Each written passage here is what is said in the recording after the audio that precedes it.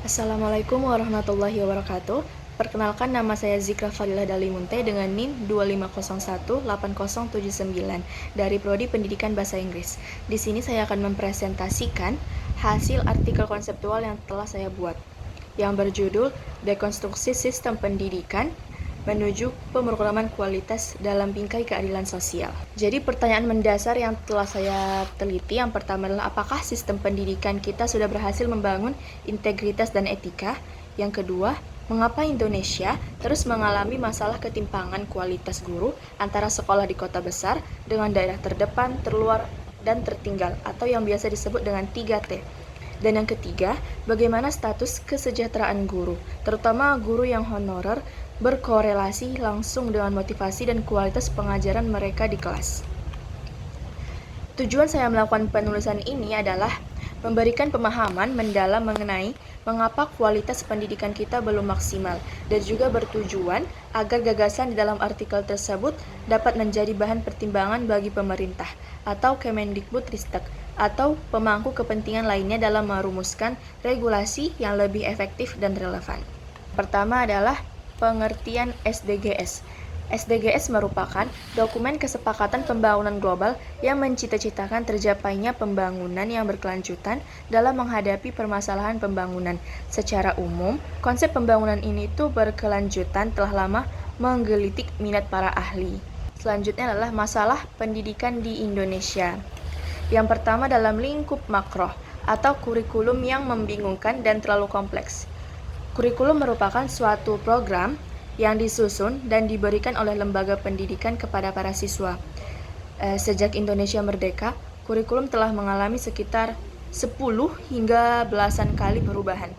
Perubahan-perubahan tersebut dapat menimbulkan kebingungan, terutama bagi guru, siswa, dan bahkan orang tua.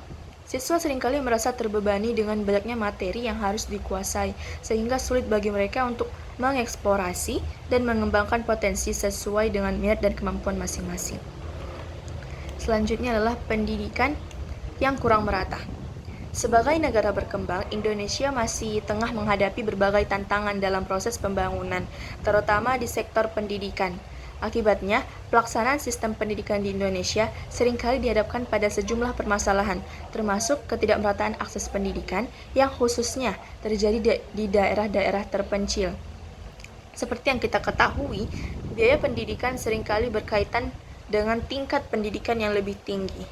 Akibatnya banyak individu yang memilih untuk tidak melanjutkan pendidikan karena mereka daripada harus mengeluarkan biaya yang besar, lebih baik mereka melakukan sesuatu hal yang berguna. Oleh karena itu, sebagian besar populasi Indonesia yang masih dalam usia sekolah kemungkinan besar tidak akan mendapatkan akses pendidikan yang sesuai dengan harapan. Yang ketiga adalah masalah penempatan guru. Masalah ini berakibat pada kinerja guru yang tidak optimal, tidak cocoknya di bidang pendidikan. Guru dengan mata pelajaran yang diajarkan merupakan salah satu dari berbagai penyebab ketidaksesuaian guru.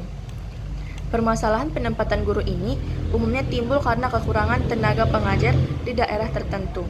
Dampaknya, guru yang tersedia harus mengajar mata pelajaran lain guna memenuhi kebutuhan siswa. Yang keempat adalah rendahnya kualitas guru.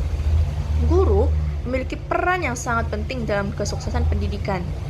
Aspek yang wajar mengingat guru adalah individu pertama yang langsung berinteraksi dengan siswa sebagai peserta didik dan objek pembelajaran. Guru memiliki tanggung jawab dalam merancang, melaksanakan, menilai hasil, membimbing, melatih, melakukan penelitian, dan berkontribusi. Dengan memenuhi kewajibannya sebagai guru, diharapkan bahwa guru dapat membimbing dan mengarahkan siswanya menuju pemahaman yang sesuai dengan tujuan pendidikan nasional. Karena peran dan tanggung jawab guru lebih dari sekedar menyampaikan materi. Oleh karena itu, ada kegiatan yang membimbing siswa, melatih keterampilan mereka, dan memotivasi mereka untuk memecahkan masalah kehidupan. Yang kelima adalah biaya pendidikan yang mahal. Program pendidikan tidak pernah berakhir. Semua individu menyadari bahwa biaya untuk masuk ke tingkat pendidikan saat ini semakin meningkat, terutama dalam hal pembiayaan pendidikan.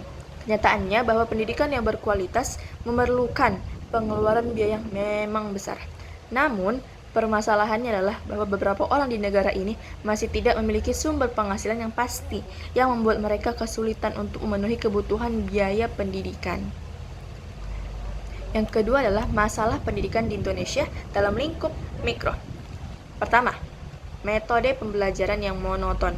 Tugas pendidik sangat menantang karena mereka harus menyebarkan pengetahuan dan nilai. Untuk mencapai hal ini, seorang pendidik harus memiliki 3 kemampuan. Yang pertama, kemampuan pedagogik.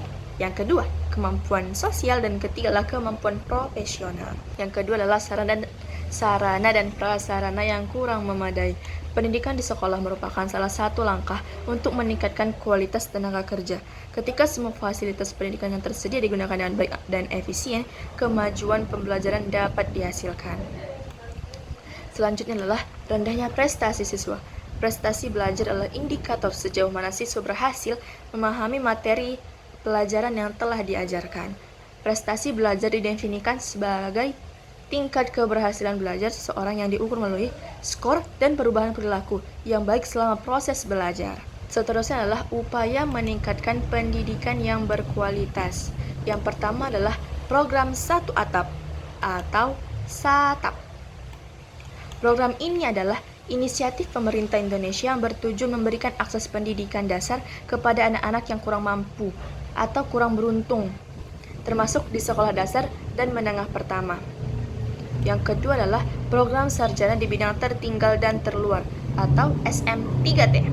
Program sarjana ini merupakan kebijakan yang dirancang oleh Kementerian Pendidikan dan Kebudayaan dengan tujuan mempercepat perkembangan pendidikan di daerah-daerah yang tertinggal, terluar, dan terdepan, yang biasanya dikenal sebagai 3T.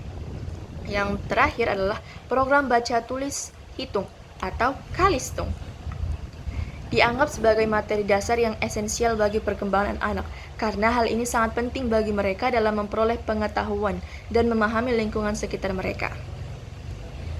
Selanjutnya adalah kualitas pendidikan di Indonesia. Melihat hasil data yang diperoleh UNESCO dalam Global Education Monitoring, di Indonesia menduduki tingkat 10 dari 14 negara berkembang yang ada di dunia. Kesimpulan dari hasil artikel konseptual yang telah saya buat adalah untuk mencapai tujuan pembelajaran yang bermakna di kelas dan meningkatkan kualitas pendidikan, pendidik harus terlibat dalam kegiatan pengembangan profesional. Disinilah perawatan pedagogis datang untuk memberikan kepemimpinan, pengawasan, dan bimbingan untuk memenuhi standar kualitas yang ditetapkan untuk teknik yang ideal. Sekian hasil presentasi saya yang sudah saya buat. Saya akhiri dengan salam. Wassalamualaikum warahmatullahi wabarakatuh.